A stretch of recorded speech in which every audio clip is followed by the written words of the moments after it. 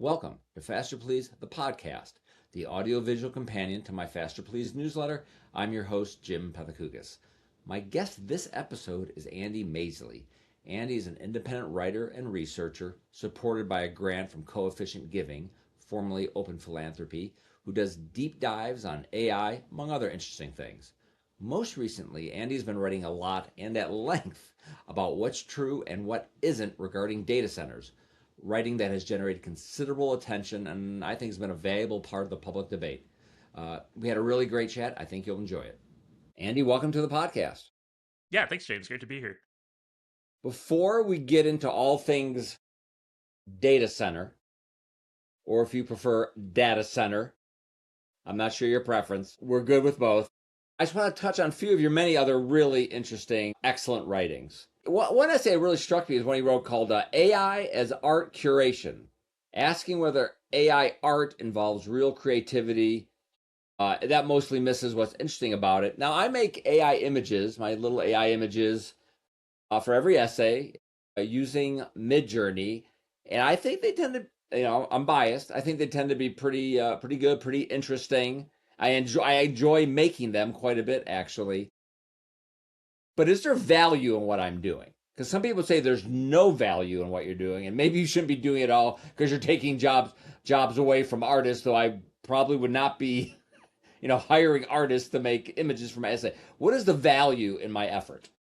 Yeah, I mean, the first value is just you're having fun. I think it's really underrated that a lot of these tools are incredibly pleasant to use. Like, I'm pretty addicted to Midjourney personally, and I think part of the reason why I like it so much that often gets very confused and is the reason I wrote the post actually is that the reason I like it isn't necessarily that I feel like I'm personally involved in some act of artistic creation. I don't feel at all like I'm drawing or like writing a song or something when I use these AI tools, but there does feel like something else that's happening that's very similar to other ways that I express my taste more broadly. Like if I'm putting a playlist together, or even just like, I don't use Pinterest, but if a lot of people were putting together like Pinterest boards for like general vibes that they like, I feel like what I'm doing with Midjourney as well is kind of like reaching out into the vector space and finding some vibes that I like and putting them in one place and being like, these are things that I personally really gel with. And I've had a surprising amount of like really great moments with people where I think they perceive me mainly as, oh, you're the data center guy. And then I'll show some Midjourney art that I made and they're like, oh, you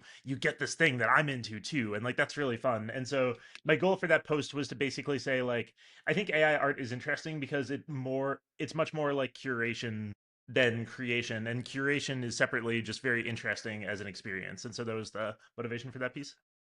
To be clear, I, I while there is some level of creativity, I guess, like I would not call myself a creator or an artist, but what struck me is I think I am saying something about like who I am and what I find interesting to look at. Many of my images, like they're not like the typical like chat gpt give me a picture of a robot like in an animated style. They all kind of look the same. I think mine aren't like that. I think it says like, gee, he's making an effort. These are the kinds of like art styles. I'm not sure I'm conveying a tremendous amount of information, but I think I'm conveying something. I'm adding something.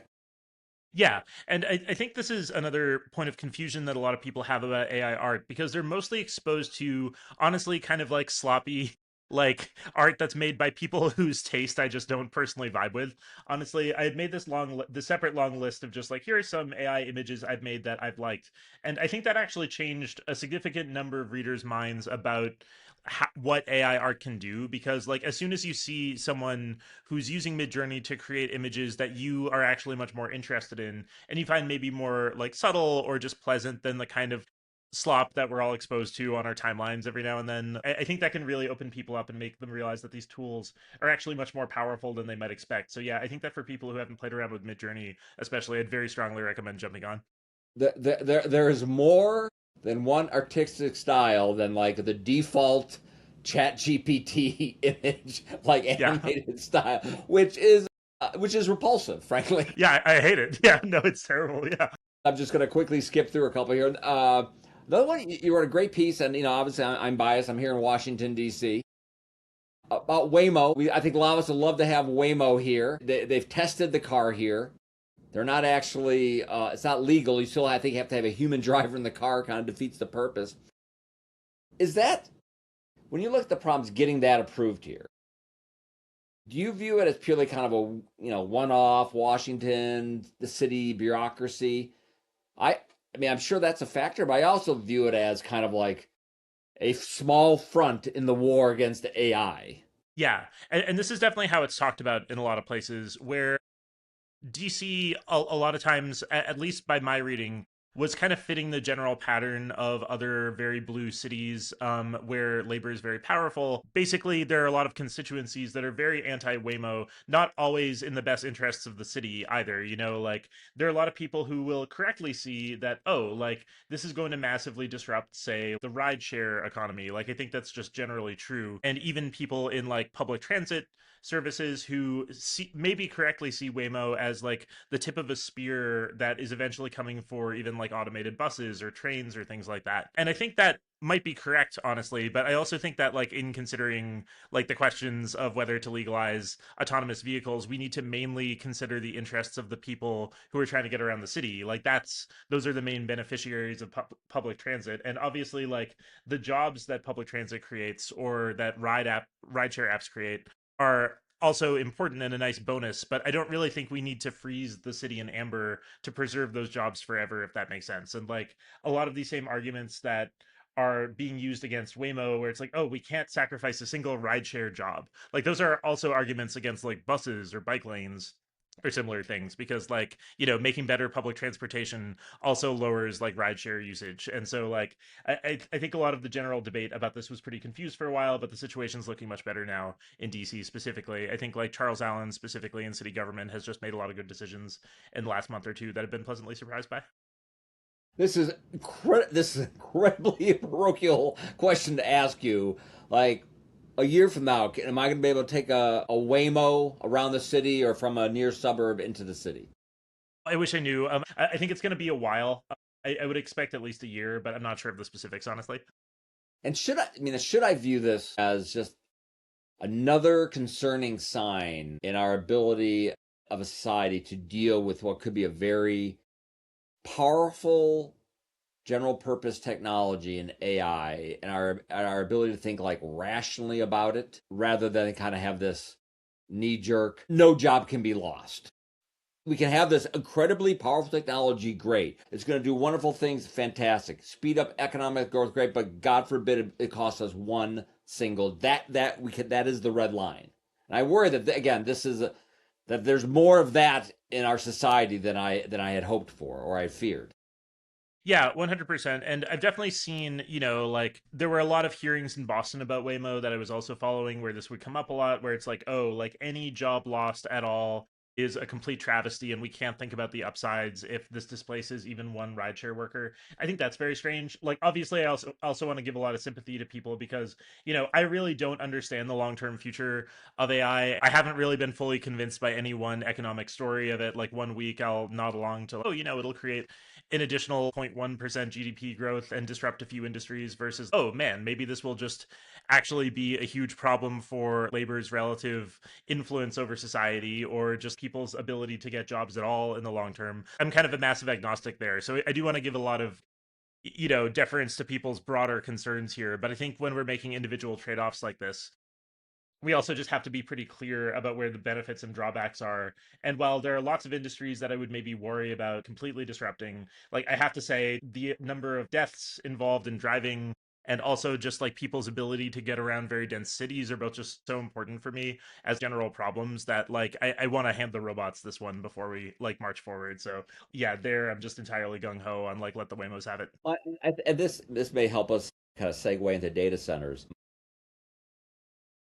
If you're going to make an argument that whatever your concerns are about land or water or electricity prices, there are these upsides to data centers, and we don't want to miss out on those potential upsides. And not just the upsides of like tax revenue in your town or whatever jobs they do create, but one problem is one if you believe in those upsides, we haven't seen them yet, right? You can, I guess, try to point to like current real world harms from the data centers, which Maybe in some places they are feeding or soon will into electricity prices, and they do use water. So not only are those upsides yet to arrive, I'm not sure what those upsides are exactly. I don't know if it's going to add, you know, a tenth of a percentage point to total factor productivity growth, or it's going to add like 10 percentage points. I don't really know. I can come up with sort of cases for all those scenarios. So it's like a double question. One, we think they will happen, but they haven't happened, and we're not really sure what it's going to be. So it does make the argument a little more difficult to make that there are these upsides, and whatever the downsides are, they're going to be worth it. Yeah, a ton of different directions to go. Yeah, I do. After a year of doing a lot of deep dives on data center situations, it's become hard for me not to think actually, which is kind of a contrarian take, but I think is actually just I feel like I have my feet firmly on the ground that data centers actually mostly do seriously benefit the very local communities that they're built. I think that like the tax revenue, people have a really warped perception of how much they pay, and it's actually quite a bit. Can get into that later. And I just don't think in a lot of places citizens would actually make this trade between like, oh, we could use like 3% less land for a mere $1 billion a year. Like that just doesn't really fly in most places. And like obviously I'd imagine that for skeptical listeners, there are all these other issues with data centers coming up in their heads right now that we can talk about. But yeah, separately, there's also just the question of like the total benefit to AI to society on net overall. And like, I'm a huge fan of the AI tools as they exist right now, but I'm also pretty concerned about the long-term trajectory of AI. It feels like just a massive question mark with a lot of wild positive and negative directions it can go. And so I think if you're making the case, then if you're making the case that we should generally be building data centers, and if companies think there's an economic value to doing so, they should be allowed to do so. I, I guess the primary argument really can't be that these things are a doorway to a wondrous future. That the argument really has to be maybe, but for now, they're paying for stuff in your town, and they will create some jobs, and the downsides you worry about in many cases just aren't very significant. Yeah, 100%. And I think that like there are downsides that if you somehow like hid the word data center but included all other information about them, where it's like, hey, would you trade these specific trade-offs in your community using X amount of water and land and stuff for this amount of tax revenue? I think in most places, with a few exceptions to be clear, people would say yes. And so, like, yeah, I think most of my own case that data centers are pretty chill does not at all rest on any future projections I have about AI. Like, I'm not coming in saying, oh, AI will solve climate change because it'll be so smart. Don't like data centers? Well, I guess you love cancer. That's the only Exactly, thing yeah. I can think. Yeah, 100%, yeah. I guess there's three criticisms. I usually think of electricity, and I think of water, but I guess land's another one. What can you say about each of those that are empirical, fact based about the impact of data centers on each of those three things? Yeah, before I say that, I might just quickly flag to listeners that if you are skeptical of me, I'm really not asking you to come in and, trust everything that I'm saying here and instead obviously do your own research. But I do want to flag that I think that the average person's understanding of this is actually based on a very strange game of telephone where there are all these media articles about say like, oh, the construction of a data center polluted very local well water. And then through that game of telephone, that gets translated to the normal operational water draw of data centers polluted an entire municipal water system. And that second one just isn't true. And so my ask here isn't that you immediately believe everything that I say, but also that you just read these articles and see what are the actual claims being made about data centers and do they actually line up with this perception that you have that's currently kind of the general agreement among educated people, which I happen to believe is incorrect. So with that flag, just going down my own perception here, the water use of data centers is significant by the standards of like normal industry. Like data centers use significant amounts of water. A lot of them are comparable to say like pharmaceutical plants or like car manufacturers, which also use a lot of water. They're often dwarfed by the main way that we use water in society, which is agriculture. Just the vast majority of American water withdrawals and consumption ultimately goes to agriculture. And ultimately, most of America's actual water problems are downstream of how we grow food, basically. And obviously, we need food. Food is very important.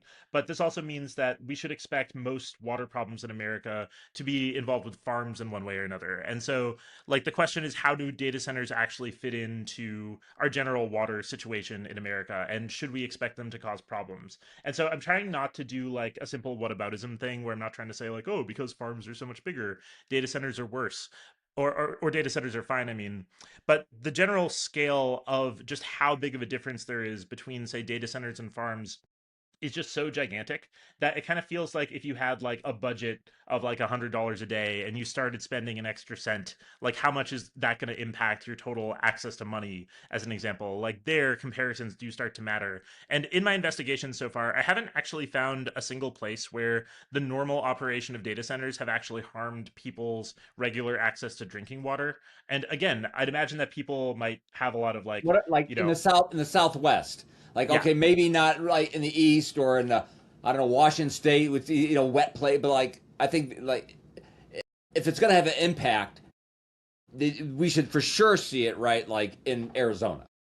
100%. Yeah. And like even in Arizona, best I can tell is that data centers are consuming like 1/30th of the water used by just golf courses in the state specifically. And the thing is, they're also generating way more tax revenue per unit of water used. And so, my general claim here is that if you are a city planner and you're trying to use water maximally efficiently for your community, like it actually seems like data centers are at least very preferable to golf courses there. And again, this isn't to say, oh, that means they're fine, there's nothing wrong. But I think they're currently consuming such a small portion of the state's total water that it seems kind of strange to hyper focus on them for the same reason that it would be kind of strange to hyper focus on other really tiny marginal changes to the environment where you have these other really massive bad guys that could really limit what they're doing. And so yeah, my general claim is that like data centers just aren't really meaningfully contributing to Arizona's water problems. I'm not sure to the extent that you've tracked this, but I keep hearing that companies that they're saying like to the extent that you think we're using too much water, listen, we're recycling the water or we're coming up with different ways to cool, and the technology is changing, and to the extent you even think it's a problem today, it'll be less of a problem like 5 years from now. Yeah. So I actually worry about this for one of my least popular takes, I think, is that I'd actually, on average, prefer that data centers in a lot of places in America use more water because the trade offs between using more or less water actually involve using more energy to compensate for it because ultimately both of these things are being used for cooling specifically. And most systems that use less water end up using more energy too. And between like, if a data center is built in a place with, like mild to moderate water stress, and we have the option like, oh, should it use a little more, basically like adding another acre of a farm in the area, or should we emit significantly more? Like I kind of always want to choose water. I think I am like just pretty worried about climate change and emissions, and local air pollution is also an underrated problem with them. You don't want to fire up more gas turbines. Exactly, yeah. Yeah, they're already such a disaster that like yeah, gas turbines are kind of one of the main bad noxious things about data centers that I will totally sign off on as being a But if I problem. were to So, tell you that yeah. energy is coming from a small modular reactor, you'd be Yeah, okay. You'd be better with it. the dream one day, but I can't tell how far off those are. So, yeah, but we'll see what happens there. All right. Well, I feel somewhat reassured by now. I'm less familiar with the land issue. That they, like what they use up too much land, or what is the land issue? This has really blown up in the past few months in a way I really didn't expect. Actually, like Willie Nelson actually just posted this thing that got like 100,000 likes on Twitter about how like don't give them an inch of our farmland, and I came in and just tried to estimate like, okay, so we know roughly how much energy data centers are projected to use by 2030 and their rough size as a proportion of how much energy they use. And so we can use that to make a general projection of how much land they'll take up. And my basic finding is that data centers themselves, like the physical buildings, will take up something like 1/15th of the land that we currently dedicate to Christmas trees in America, which, isn't nothing, but it's also like incredibly small. And the parcels of land can be much bigger. Data centers need to be kind of set off from where people live because, again, living right up against them is annoying. So they do have pretty large parcels of land. But again, like America just has so much land and just so much empty space. This general concern has popped up that data centers are quote unquote taking all the farmland. And I think people just really have no internal map of just how much farmland America has, sometimes even too much. Among other things, the American government will pay farmers a lot to not farm additional units of land. Like, basically, there's a lot of worry that that will drive prices down too much. Also, something like 30% of America's corn farmland goes to ethanol specifically. It's something like, Love yeah, that. Like that's like to me that's like the amazing angle. Really, are you worried? Is that your concern? We're going to lose our ethanol generating capacity? yeah. Yeah, it's pretty disorienting where, and yeah, I think a lot of people don't realize that there's a government mandate that companies buy ethanol even though they might not necessarily need that. This takes up an amount of corn that's something like the size of Pennsylvania. And my claim here is that we don't really need that farmland, and if a very tiny amount of that is voluntarily sold to a data center by the farmer for something like 10 times as much as what it's worth, which is often happening in cases like this, I don't think this is a unique tragedy and is actually pretty good for the farmer. It also benefits the farms around the data center because data centers generally tend to raise the land value in very rural areas specifically. And so all of these together just make me think that, like, one, American farmland is just really, really not threatened by like warehouse size computers. Like, if you think, like, my genuine ask for people who believe this is to just look out the airplane window the next time you're in a plane and just see the unbelievable stretches of like rolling, like beautiful but often like just, completely overwhelming amounts of farmland that we have. Yeah, there are a lot of other stats I could whip out about this, but I think a lot of people just have, they're very bad at thinking on the margin about the stuff where like they'll see a single data center bought some farmland and they'll be like, I should oppose this because I don't want all farmland to be replaced with data centers. And like, no one's suggesting that. And like, the only way you could believe that American farmland is actually significantly threatened by data centers is if you're basically anticipating some wild intelligence explosion where they cover the earth, and like, maybe that could happen. That's a worry, but that, we have bigger problems than like American farmland at that point. That'd be a fantastic a viral tweet. Electricity. They use a lot of electricity. Going to use a lot more. Is the case where that this is a very is this like a very geographic issue where it's more of a problem in some places, but it's going to be eventually be an issue. I'm sort of trying to half answer this question for you. So, to what extent is this a problem right now and today, and how about like again 5 to 7 years down the road? Yeah, for electricity prices, like, data centers do use gigantic amounts of electricity compared to most other things that we do. Like, like Kevin O'Leary's data center in Utah might have something like 2% of the power draw of the entire country if it's fully built out. Like, that's crazy. And it is just like orders of magnitude more significant than their water draw. At the same time, electricity markets are just very complicated and don't always work in a very simple, oh, you increase the demand and the price just immediately goes up for everyone. That's not really how it works. And so the actual patterns that we've seen so far is, one, there are a few utilities that have reported we have had to slightly raise household prices for electricity because of the data center. They've reported the data centers as being one of several causes, but that's usually not a significant percentage. It's like a meaningful amount to the point that people can get annoyed.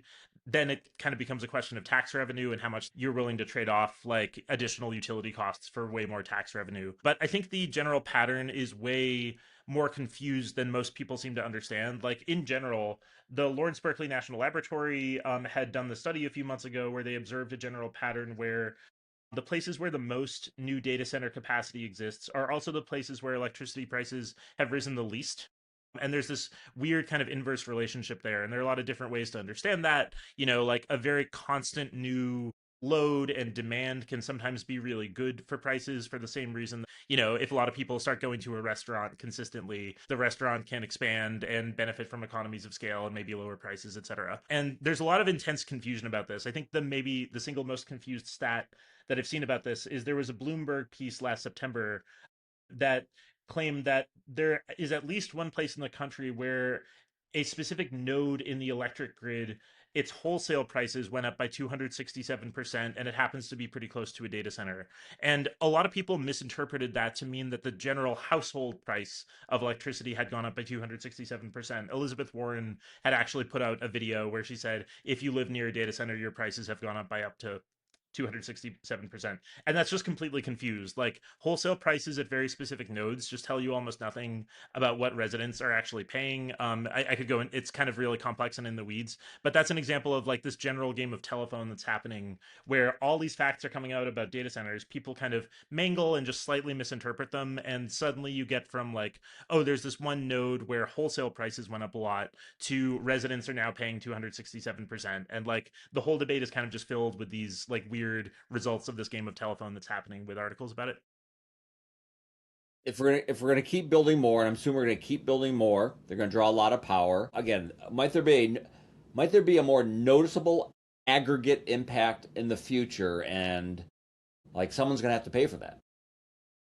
Yeah, this one, good data center policy can force them to internalize the costs of the grid upgrades that they require. And this can sometimes be positive some because, like the phrase I hear the most in this debate is America's aging energy grid. And like it is kind of a miracle that the main new industry in America is already fully electrified.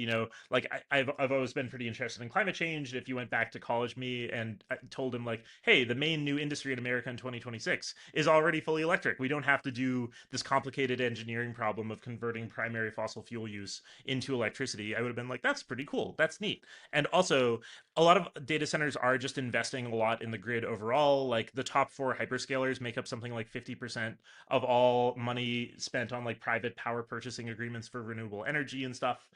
But like even though they're investing all this and there's all these like potentially positive sum trades, like they're still just consuming so much electricity that I could see bigger and bigger problems coming down the line for American consumers where a lot of costs could still be like traded off and like there could just be a lot of other problems with generating electricity. So I don't want to make super confident claims about the future, but at least like right now I think the situation is very very different from what everyday people understand, where they kind of just assume the more data centers the more your goes up. I think like so we need to like have a more modern electrical system. Hopefully, create more sources of clean energy. We need a government that makes it easier to build all that stuff on budget, on time. Like all that stuff needs to happen going forward. Then I think about this moratorium in New York, which seems to be weird because they have a nuclear power plant there they don't want to use. There are lots of, if you're worried about electricity prices in that particular area, there are like policy tools of making them internalize that cost.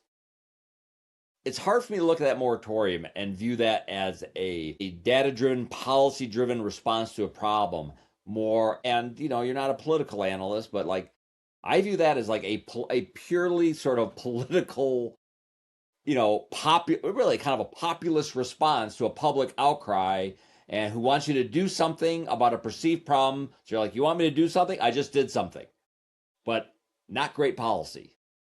Yeah, 100%. It's very hard for me not to read that as basically like throwing a bone to the majority of voters at this point who are quite angry about data centers. Like data centers poll so terribly compared to most things. It's a really unifying issue despite, I feel like I'm taking crazy pills a little bit by being so far out of the norm here.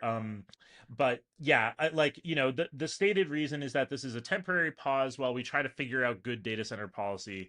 And I have to say, we just know how to interact with these things already. We just know how a lot of local municipalities are dealing with this stuff.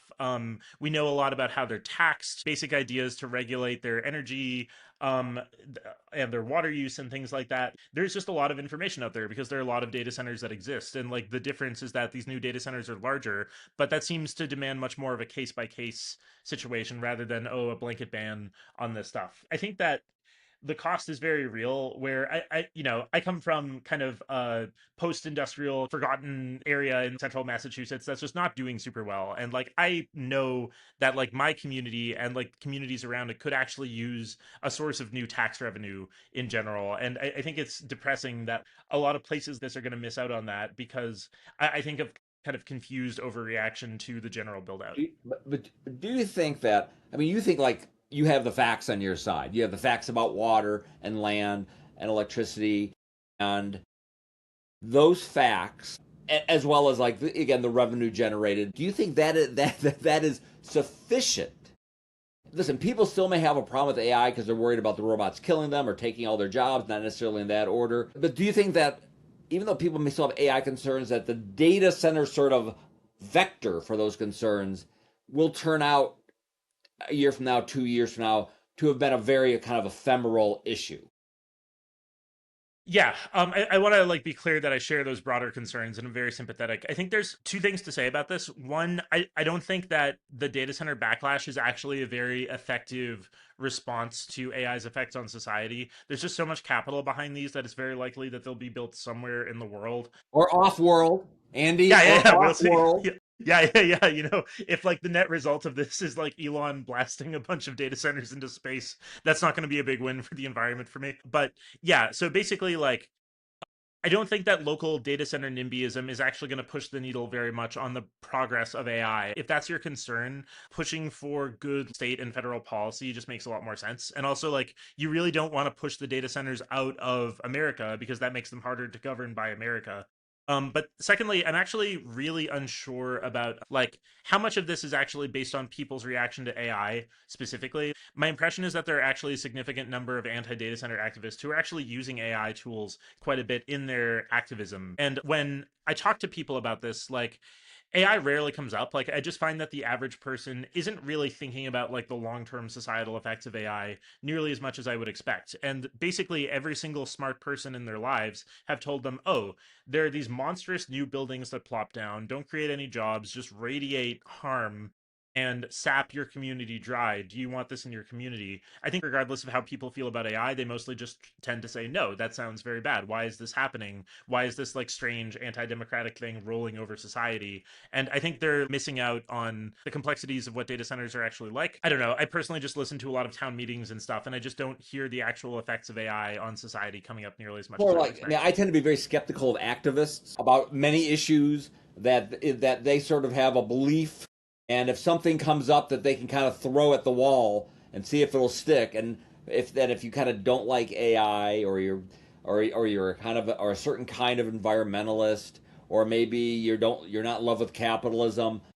AI, the data centers seems to be like a great vehicle for the moment. Now, the average person might care about the water and legitimately care about the water, but I wonder again if it's more your activist class that that could be an issue. Yeah, it's hard to say. I know there was a article in the New York Times a few weeks ago about how data centers are this amazing opportunity for the Democrats. This could be our issue in 2028 specifically. And if you look at the article, I think there's exactly one sentence that actually talks about the harms of data centers, where it just kind of hand waves like, oh, they use a lot of water and the electricity prices. But then it circles back to like, oh, this is this really magical unifying issue that's bringing all these people together and making them feel like they have power in ways they haven't felt for a while. And it's hard not to feel that like a lot of the anti-data center stuff is also kind of this collective, oh, I can find this deep meaning in this local structure struggle against these people who I perceive to be bad. I do think general anti-tech sentiment is definitely playing into this, but I'm not sure how much AI is specifically. But the general idea that like we can all band together as this like ragtag team of everyday people and prevent this thing from destroying our local community is a very compelling narrative to people, regardless of the actual specific harms that are expected. And so I think that's something else that's drawing people. I want to finish with is you know I think about this issue, and I think about the issue of from like nuclear power plants in the 70s, where they got all this bad press, and you had people who didn't like how their impact on the environment, and they didn't like that they were a sign of like out of control capitalism and all this stuff. And if you had a different view, I don't think, how were you going to express that view? And to me, like, for all the criticism of like social media, this to me is a great example how like I think you've had an impact on this issue, and I think what you said has mattered. And like pre-social media, I mean, I don't know, maybe you would have written one article in the Atlantic or something, but like your ability, but the ability for you to keep like get this message out there and talk about it, engage, and say like, no, no, people say like you're wrong, you're no, here's my fact. To me, it's if you believe like overall in the power of reason to create a better future, like to me, like what you're doing here is very encouraging. Yeah, I appreciate that. I mean, I'm massively grateful to one just be living at a time when like blogs are kind of back. You know, I feel like I kind of missed the age of blogging, but like we're in the silver age now, or whatever this is, or maybe it's better. But yeah, I've been consistently really pleasantly surprised because like when I first started this, I was going completely crazy. Honestly, it was just very eerie to be standing across from adults telling me you can't use AI. It uses 10 times as much energy as a Google search. And just standing there being like, we're worried about 10 Google searches now. Like, that's the amount of energy that we're all freaking out about. And so, like, I actually didn't really expect my first blog on this to take off very much, but it almost immediately kind of exploded. And there was just a lot of market for like, talking about this stuff much more directly. And so, yes, being able to just sit down and like, provide these general overviews of like, hey, you know, I don't have any like unique expertise, but I can have access to the same facts that everybody else has. And I think we're just misinterpreting these relatively simple, accessible facts. Have been pleasantly surprised at just how much this has actually moved the needle on stuff. So that's been really great. I do find that in like general conversations, if I talk to the average person about this, like their beliefs about this aren't super strong. They'll be like, oh, I heard every prompt uses a whole bottle of water. And then I can say, like, oh, nobody actually really believes that anymore. That was this one off thing that turned out to have been mistaken, and they'll be like, oh, okay, now I feel okay about using AI. And like it's actually pretty straightforward. A lot of people understandably read a lot of like hostility and anger into the debate, but behind the scenes the average person is just kind of responding to what they're seeing on the ground. And if you can just change that with just like a decent argument and being like generally pleasant, like I think that's pretty powerful. So yeah, I'm living the dream. It's been great. Being generally pleasant is an underappreciated attribute. Andy, thanks so much. This was fantastic. Thanks for coming on the podcast. Yeah, thanks so much, James. This was great. Thank you.